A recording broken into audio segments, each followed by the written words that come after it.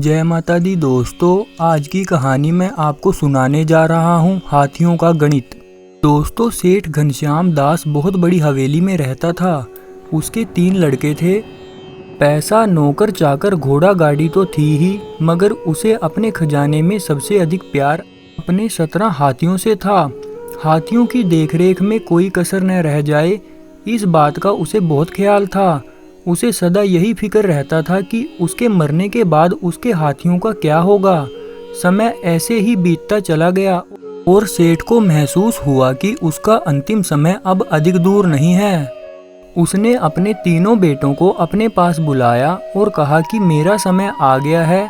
मेरे मरने के बाद मेरी सारी जायदाद को मेरी वसीयत के हिसाब से आपस में बांट लेना।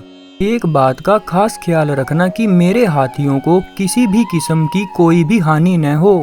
दोस्तों, कुछ दिन बाद सेठ स्वर्ग सिधार गया। तीनों लड़कों ने जायदाद का बंटवारा पिता की इच्छा अनुसार किया, मगर हाथियों को लेकर सब परेशान हो गए। कारण था कि सेठ ने हाथियों के बंटवारे में पहले लड़के को आधा, दूसरे को 1/3 और तीसरे को 9वां हिस्सा दिया था। 17 हाथियों को इस तरह बांटना एकदम असंभव लगा। हताश होकर तीनों लड़के 17 हाथियों को लेकर अपने बाग में चले गए और सोचने लगे कि इस विकट समस्या का कैसे समाधान हो।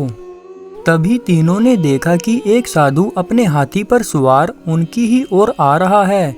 साधु के पास आने पर लड़कों ने प्रणाम किया और अपनी सारी कहानी सुनाई। साधु ने कहा कि अरे, इसमें परेशान होने की क्या बात है, लो मैं तुम्हें अपना हाथी दे देता हूँ। सुनकर तीनों लड़के बहुत खुश हुए। अब उनके सामने 18 हाथी खड़े थे। साधु ने पहले लड़के को बुलाया और कहा कि तुम अपने पिता की इच्छा अनुसार आधे यानी 9 हाथी ले जाओ। दूसरे लड़के को बुलाकर उसने 1/3 यानी 6 हाथी दे दिए। छोटे लड़के को उसने बुलाकर कहा कि तुम भी अपने 9वां हिस्सा यानी 2 हाथी ले जाओ।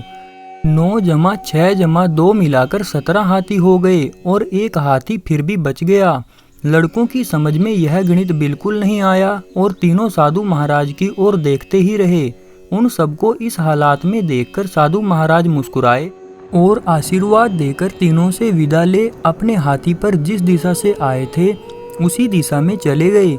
इधर यह तीनों सोच रहे थे कि साधु महाराज ने अपना हाथी देकर कितनी सरलता और भोलेपन से एक जटिल समस्या को सुलझा दिया। तो दोस्तों, ये थी मेरी आज की कहानी हाथियों का गणित। आपको कैसी लगी प्लीज़ लाइक, शेयर और कमेंट करके ज़रूर बताना। और हाँ दोस्तों, मेरी आने वाली कहानियों को सुनने के लिए चैनल को सब्सक्राइब करना और बेल आइकन को प्रेस करना ना भूलना। जय माता दी।